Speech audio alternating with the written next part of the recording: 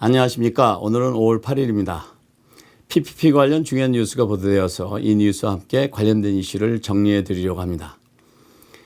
연방정부에는 어느 특정 당파에 소속되어 있지 않은 독립된 감사기관이 있습니다. 이 감사기관은 정부에서 진행하고 있는 여러 가지 그 정책 시행에 대해서 감사를 하는데요.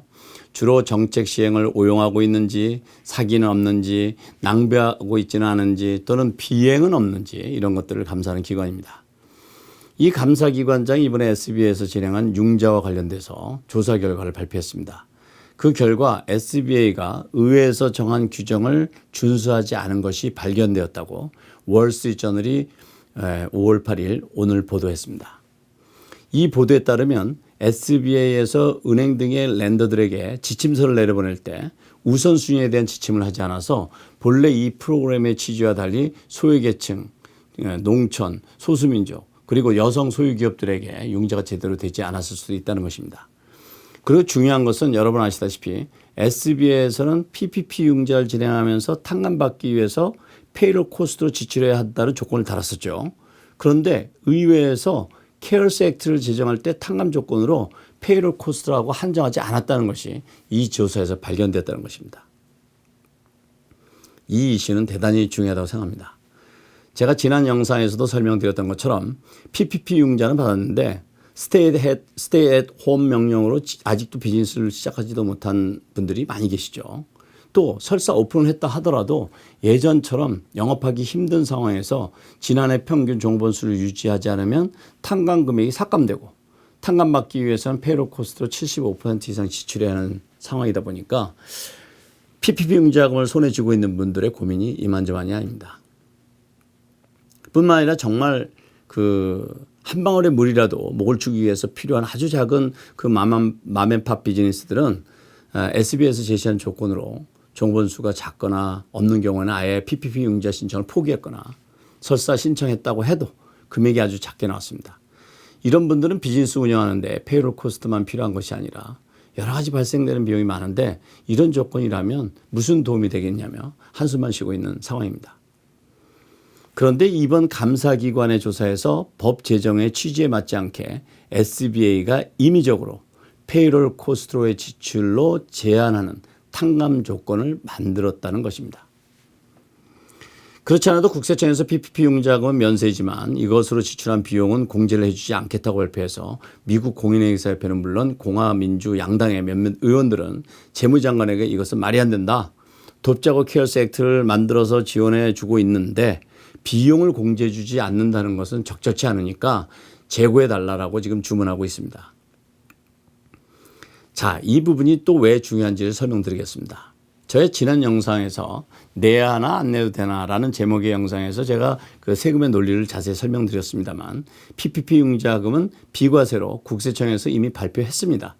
그런데 이 융자금을 세금 면제해 주기 때문에 이 융자금을 이용해서 지출한 비용은 세금 공제를 해 주지 않겠다는 것입니다. 여러분의 이해를 돕기 위해서 숫자로 설명드리겠습니다. 예를 들어서 PPP 융자를 10만 달러 받았다고 가정하겠습니다. 그러면 이 융자금 10만 달러를 탕감받게 되면 일반적으로 소득으로 보고해야 됩니다. 앞에서 말씀드린 영상에서 자세히 설명했으니까 이 원리를 이해하시고 싶으신 분들은 텍스 프리라는 단어와 함께 내야 하나 안 내도 되나라는 제목의 영상을 꼭 보시기 바랍니다. 말씀드린 것처럼 10만 달러를 탕감받았으니까 소득으로 보고해야 하는데 국세청에서 이것을 면세로 해주겠다는 것입니다. 자, 여기까지는 뭡니까? 네, 굿뉴스죠. 자, 여기서 재밌는 일이 일어납니다. 탕감 조건이 뭐였죠? 탕감 조건이 페이롤 코스트와 렌트 등으로 지출하는 것이었잖아요. 그런데 탕감받기 위해서 비용으로 지출한 10만 달러를 비용으로 인정하지 않겠다는 것입니다. 그러면 어떤 현상이 일어나는지 보겠습니다. 여러분의 이해를 돕기 위해서 세율을 계산하기 편안하게 제가 그냥 30% 정하도록 하겠습니다. 물론 최고 세율은 37%에 주정부세까지 합하면 고소득자들은 50%가 되겠지만 여기서는 그냥 30%로 편안하게 계산하도록 하겠습니다. 세 가지 경우의 수를 기초로 이해를 해보겠는데요. 첫 번째는 10만 달러를 소득으로 보고하고 10만 달러를 비용으로 인정을 받으면 세금이 어떻게 됩니까? 제로입니다. 소득이 10만, 비용도 10만이니까 플러스 마이너스 제로입니다.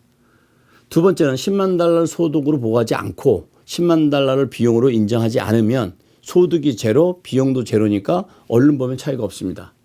그런데 자세히 생각해 보면 비용 지출에 대한 상대적인 나의 세금 부담금이 3만 달러가 생기게 됩니다. 어차피 10만 달러는 정부 지원금이고 돕겠다고 지원을 한 것이잖아요. 그런데 이 지출에 대해서 세금 공제를 전혀 받지 못하니까 이 지출금 10만 달러에 대한 3만 달러의 세금 부담이 생기게 되는 것입니다. 결론적으로 실제 혜택은 10만 달러에서 3만 달러를 차감한 7만 달러만 혜택을 받게 되는 셈입니다. 그래서 지금 공화민주 양당 의원들은 물론 미국 공영회계사협회에서도 이 문제를 들고 일어난 것입니다. 도와주겠다고 해놓고 세금 부담을 시키면 되느냐는 것이죠. 자, 세 번째 경우를 보겠습니다. 10만 달러를 소득으로 보고하지 않고 10만 달러를 비용으로 인정받으면 두 번째와는 어떻게 돼요? 반대로 세금 혜택을 3만 달러를 받게 되는 것입니다. 이 상황을 국세청에서는 더블 딥, 즉 두 번 혜택을 받는 것이기 때문에 세법 규정에 어긋나서 안 된다는 것입니다. 세법적으로 따지면 국세청 주장이 맞습니다. 10만 달러 융자금에 대해서 탕감해 주고 소득으로 보고해야 하지만 면세 조치해 주었으니까 세금 혜택을 이미 받았죠. 그런데 이 같은 돈으로 비용 지출한 것을 다시 공제해 준다면 같은 돈으로 두 번 혜택을 받는다는 것이죠. 이것은 세법상 맞습니다. 공제받은 소득으로 지출한 비용은 다시 공제받을 수 없다는 규정이 있기 때문이죠. 그렇지만 그것은 평상시이고 지금은 상황이 좀 다르죠. 이 부분을 지금 어필하고 있는 것입니다. 정부는 지금 두 번째 것으로 가겠다고 하는 것이고 몇몇 의원들과 미국 공인회계사협회에서는 세 번째로 가야 한다고 주장하는 것입니다. 혹시 제가 설명드린 것이 얼른 이해가지 않으신 분들은 이 부분을 다시 들어보시기 바랍니다. 그러면 이해에 도움이 좀 되실 것입니다. 지금까지 설명드린 이유로 PPP 융자금 탕감 조건이 변경될 가능성이 보이고 있다는 것입니다.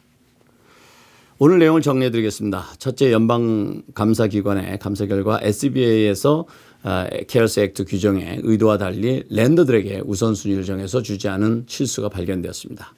둘째, 연방감사기관의 감사 결과 SBA에서 PPP 융자에서 적용한 탕감 조건은 규정에는 없는 독자적인 결정으로 법 규정을 따르지 않은 사실이 밝혀졌습니다. 셋째, 연방국세청의 PPP 융자금 지출 비용을 인정해 주지 않겠다는 입장에 대해 몇몇 공화 민주 양당 의원들은 물론 공인회계사협회에서도 정정을 요청하고 있습니다.